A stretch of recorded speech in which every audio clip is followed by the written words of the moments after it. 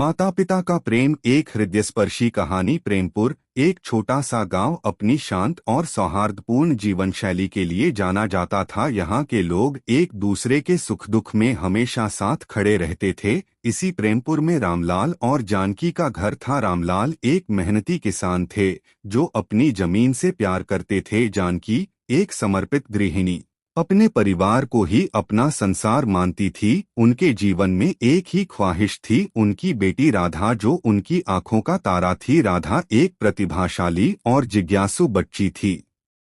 गांव के छोटे से सरकारी स्कूल में उसने हमेशा उत्कृष्ट प्रदर्शन किया। रामलाल और जानकी को अपनी बेटी पर गर्व था।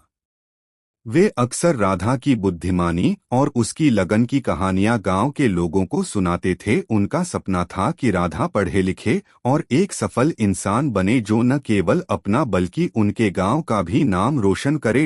रामलाल का दिन खेतों में बीतता था। सूरज उगने से पहले ही वह खेतों में पहुंच जाते थे और देर शाम तक काम करते थे। जानकी घर और खेत दोनों की जिम्मेदारियों को बखूबी निभाती थी। वह राधा के लिए स्वादिष्ट भोजन बनाती, उसे स्कूल के लिए तैयार करती और यह सुनिश्चित करती कि उसे पढ़ाई के लिए शांत वातावरण मिले। दोनों ने अपनी इच्छाओं को दरकिनार करते हुए राधा की शिक्षा को प्राथमिकता दी। वे चाहते थे कि राधा को वह सब मिले जो उन्हें नहीं मिल पाया। समय पंख लगाकर उड़ गया। राधा ने गांव के स्कूल से 10वीं कक्षा अच्छे अंकों से उत्तीर्ण की। रामलाल और जानकी की खुशी का ठिकाना नहीं था, लेकिन यह खुशी एक चिंता के साथ आई। राधा को आगे की पढ़ाई के लिए शहर जाना जरूरी था क्योंकि गांव में 11वीं और 12वीं कक्षा के लिए कोई अच्छा स्कूल नहीं था। यह रामलाल और जानकी के लिए एक मुश्किल फैसला था। राधा उनकी जिंदगी थी,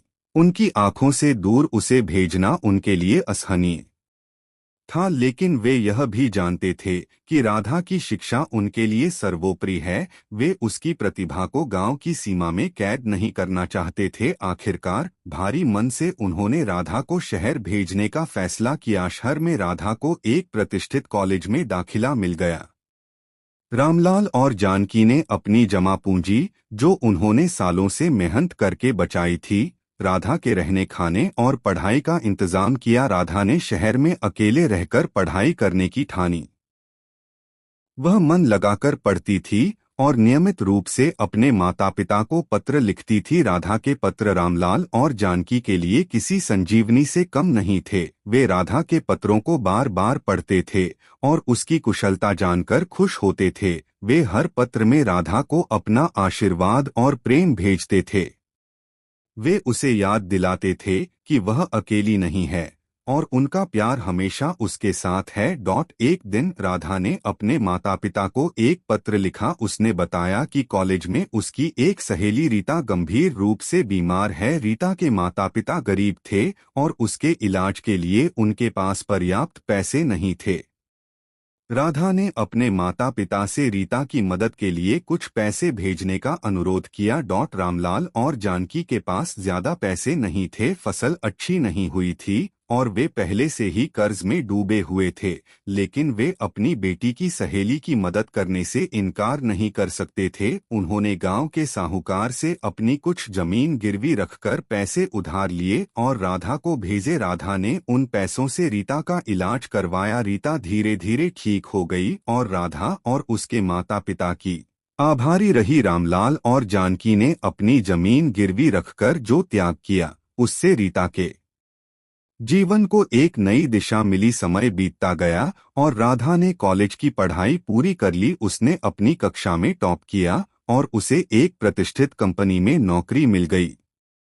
रामलाल और जानकी अपनी बेटी की सफलता पर गर्व से फूले नहीं समा रहे थे। उन्होंने महसूस किया कि उनका त्याग रंग लाया है। राधा ने शहर में ही अपना एक छोटा सा घर खरीदा और अपने माता पिता को अपने साथ रहने के लिए बुला लिया। रामलाल और जानकी खुशी खुशी शहर में राधा के साथ रहने लगे। राधा उनकी खूब सेवा करती थी और उन्हें हर तरह की सुख सुविधा देती थी। वह जानती थी कि उसके माता पिता ने उसके लिए कितना त्याग किया है और वह उन्हें हर खुशी देना चाहती थी। एक दिन रामलाल को सीने में दर्द हुआ और वे बीमार पड़ गए। डॉक्टर ने बताया कि उन्हें दिल की बीमारी है और उनका ऑपरेशन करना पड़ेगा। ऑपरेशन में बहुत खर्चा आने वाला था। राधा ने बिना किसी हिचकिचाहट के रामलाल के ऑपरेशन के लिए हामी भर दी। उसने अपनी सारी जमा पूंजी और गहने बेचकर रामलाल के ऑपरेशन का इंतजाम किया। उसने अपने माता पिता के स्वास्थ्य के आगे धन को महत्व नहीं दिया। रामलाल का ऑपरेशन सफल रहा और वे धीरे धीरे ठीक होने लगे। जानकी ने राधा से कहा, बेटी तुमने हमारे लिए इतना कुछ किया है, हम तुम्हारे ऋणी हैं। राधा ने अपनी माँ के गले लगकर कहा, माँ आपने और पिताजी ने मेरे लिए जो कुछ भी किया है उसके सामने यह कुछ भी नहीं है। आप दोनों मेरे जीवन का आधार हैं। रामलाल और जानकी ने राधा को आशीर्वाद दिया और कहा, बेटी तुम हमेशा खुश रहो, भगवान तुम्हें हर खुशी दे। रामलाल और जानकी अब राधा के साथ खुशी खुशी रहने लगे। राधा ने अपने माता पिता की हर इच्छा पूरी की और उन्हें कभी किसी चीज की कमी नहीं होने दी। उसने उन्हें दुनिया घूमने का सपना भी पूरा किया जो वे हमेशा से देखते आए थे। एक दिन राधा को अपने ऑफिस से एक जरूरी काम के लिए विदेश जाना पड़ा। उसने अपने माता पिता को अपने एक रिश्तेदार के घर छोड़ दिया। राधा ने अपने रिश्तेदारों को रामलाल और जानकी का अच्छी तरह से ख्याल रखने के लिए कहा। राधा विदेश चली गई, लेकिन उसका मन हमेशा अपने माता पिता के साथ लगा रहता था। वह हर रोज अपने माता पिता को फोन करती थी और उनकी कुशलता की खबर लेती थी। एक दिन राधा को अपने रिश्तेदारों से फोन आया। उन्होंने बताया कि जानकी को ब्रेन स्ट्रोक आया है और उन्हें अस्पताल में भर्ती करवाया गया है। राधा यह सुनकर बहुत परेशान हो गई। उसने तुरंत भारत वापस आने का फैसला किया। राधा भारत वापस आई और सीधे अस्पताल गई। उसने देखा कि जानकी बिस्तर पर लेटी हुई है और उसकी हालत बहुत गंभीर है। राधा अपनी माँ को देखकर रोने लगी। जानकी ने कमजोर आवाज में कहा, बेटी तू आ गई, मैं तुझे देखना चाहती थी। राधा ने अपनी माँ का हाथ पकड़कर कहा, माँ मैं आपके साथ हूँ, आप ठीक हो जाएंगी। जानकी ने मुस्कुराते हुए कहा, बेटी मैंने अपनी जिंदगी में जो कुछ भी चाहा वह सब मुझे मिला। मुझे एक अच्छा पति मिला और एक अच्छी बेटी मिली। मैं अब शांति से मर सकती हूँ।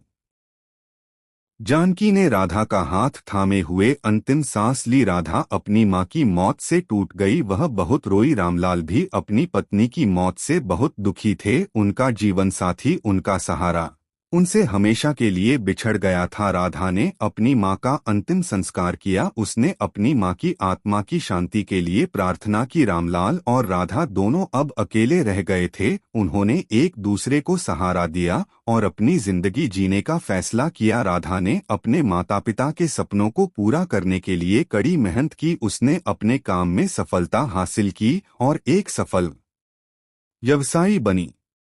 उसने अपने माता पिता के नाम पर एक चैरिटेबल ट्रस्ट खोला जो गरीब बच्चों को शिक्षा और स्वास्थ्य सेवाएं प्रदान करता है। उसने प्रेमलाल जानकी शिक्षा निधि की स्थापना की, जिसके माध्यम से गांव के गरीब बच्चों को छात्रवृत्ति दी जाती थी। रामलाल अपनी पत्नी की मृत्यु के बाद कमजोर हो गए थे, लेकिन राधा ने उनका पूरा ख्याल रखा। उसने उन्हें कभी अकेला महसूस नहीं होने दिया। रामलाल अक्सर राधा को अपनी और जानकी की पुरानी कहानियां सुनाते थे और राधा उन्हें ध्यान से सुनती थी। एक दिन रामलाल ने राधा से कहा, बेटी मैंने और जानकी ने तुम्हें हमेशा एक सफल इंसान बनते हुए देखना चाहा। तुमने हमारे सपने को सच कर दिखाया, हमें तुम पर गर्व है। राधा ने अपने पिता को गले लगाया और कहा, पिताजी यह सब आपकी और माँ की वजह से ही संभव हो पाया है। आपने मुझे हमेशा प्रेरित किया और मेरा साथ दिया। रामलाल कुछ साल बाद शांतिपूर्वक सो गए। राधा ने अपने माता पिता दोनों को खो दिया था, लेकिन वह जानती थी कि उनका प्यार हमेशा उसके साथ रहेगा। राधा ने अपने माता पिता के प्रेम और त्याग को कभी नहीं भुलाया। उसने हमेशा अपने माता पिता के आदर्शों का पालन किया और एक अच्छी इंसान बनी। राधा की कहानी प्रेम, त्याग और समर्पण की एक प्रेरणादायक कहानी है। यह कहानी हमें सिखाती है कि माता पिता का प्रेम सबसे अनमोल होता है और हमें हमेशा उनका सम्मान करना चाहिए। यह कहानी हमें यह भी सिखाती है कि हमें अपने माता पिता के सपनों को पूरा करने के लिए कड़ी मेहनत करनी चाहिए और एक अच्छा इंसान बनना चाहिए। राधा ने प्रेमपुर में एक वृद्धाश्रम भी बनवाया जहां बेसहारा बुजुर्ग सम्मान के साथ अपना जीवन व्यतीत कर सकते थे। यह उसके माता पिता के प्यार और करुणा की सच्ची श्रद्धांजलि थी।